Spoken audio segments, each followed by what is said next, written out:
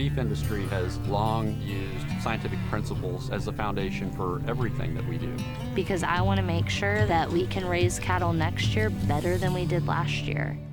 Beef. It's what's for dinner. We use this piece of equipment to help eject and to push over the aluminum. That's really cool. All right, cool.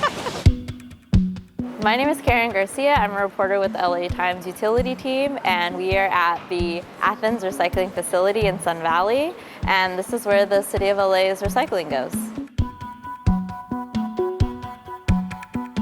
My name is Johnny Stevenson, General Manager for Athens Services. What role does this facility play in citywide, countywide, trying to meet that goal of reducing waste? On average, we'll get 1,000 tons a day. Our job is trying to divert as much away from the landfill as we possibly can. Where does it go once it's put here? Can I show you? Yeah, definitely. As the material is fed in the system, the material will come here. You'll see good recycling boxes and plastic containers. There are going to be some items that we don't want. Rope, a chain, hammocks. I know that sounds so crazy.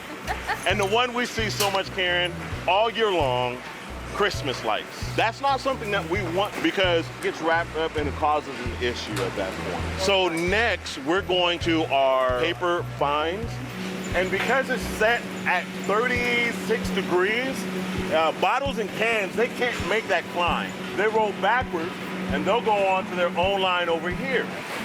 We have our paper lines here, and then all the way left, we have our cardboard. So tell me also, I see them tossing things in different bins. Can you tell me a little bit about that? Well, that's because they're collecting a different type of film. We want to separate and segregate that out. The clamshell thing really took off during COVID, right? Just think about everybody eating out. Well, they came in a lot of clamshell containers. We really saw a huge spike during that time frame.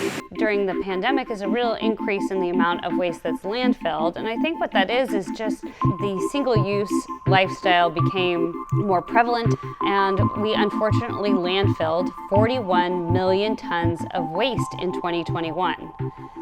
So I think the younger generations and the younger adults are really demanding a different environment and different landscape as consumers. They want things that are reusable, they want things that are recyclable, and they are really demanding from our manufacturers that they produce their products in a way that makes them recyclable or reusable, and for our manufacturers to be accountable for the impact that their product has on their environment.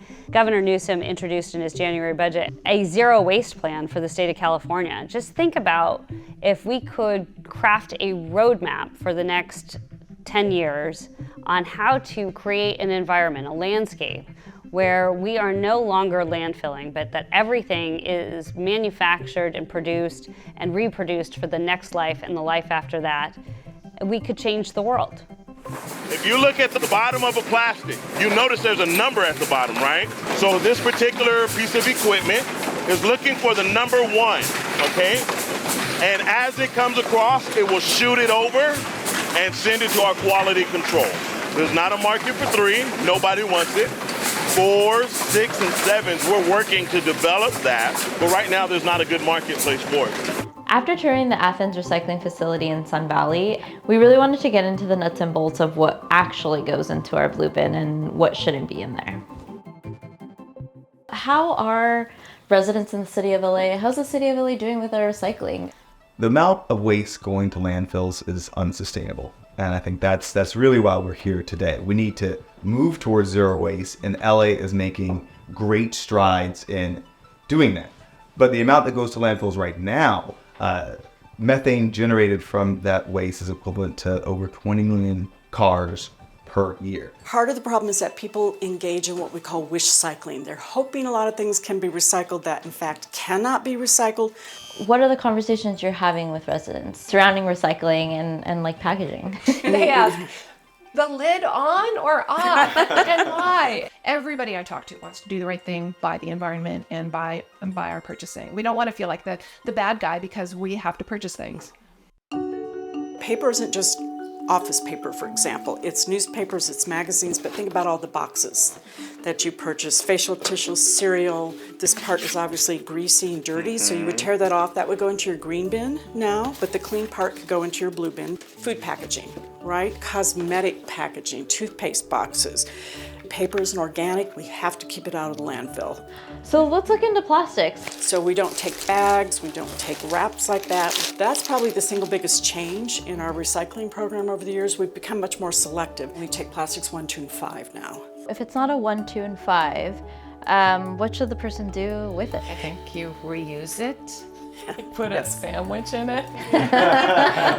Use it a couple of times until you have to throw it away. Got it. Yeah. And you might contact, just email or something, the producer and just say, hey, would love for your packaging to be recyclable. We don't, I think, want to make opponents out of industry. We want, though, to help them change. What we do here, we know is modeled by other jurisdictions. And so we need to continue, I think, to really be on the cutting edge of what we're working with industry to achieve. And of course, with all of our partners here in the city. I think the biggest takeaway from this conversation had to be the City of LA's blue bin only accepts 1, 2, and 5 plastics. I'm going to be more mindful about reading the label and not just looking at the chasing arrows and thinking, oh yeah, I can buy that and it'll go in the blue bin. It empowers me to look for more education, ask more and more questions, and get more answers.